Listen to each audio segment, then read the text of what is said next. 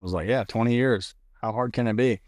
And I just hit a point, at the time my thought process was I was tired of being deployed and being gone. And, I had just gotten married, and the last year that I was in, we got married, and I started obviously thinking about the future. And so I got married, and 2 weeks later I was gone again. And so I was like, well, do I want to live like this, or get out and do something different? And so that's what I don't know. There was a reason other than that, just getting frustrated with different things. Like I was having a hard time advancing in a rate that I didn't work in ever since A school. And then, of course, soon as I transitioned, they changed everyone to AW if you were a crewman. And so I made E5 as soon as I got into the reserves on without even studying for a test.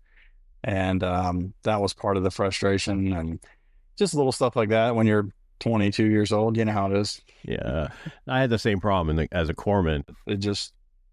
It seemed like forever, but Because and it was then hot.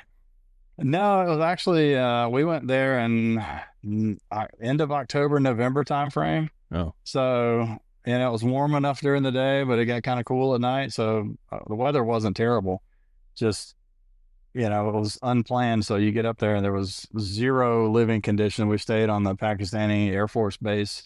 And so they threw us in a hangar somewhere, and we happened to have a few cots. And I mean, there was no uh, bathrooms, there was no porta johns, there was no shower or anything. Like for the first week, we were just kind of roughing it. And then, of course, like people from all over the world were sending people in for relief.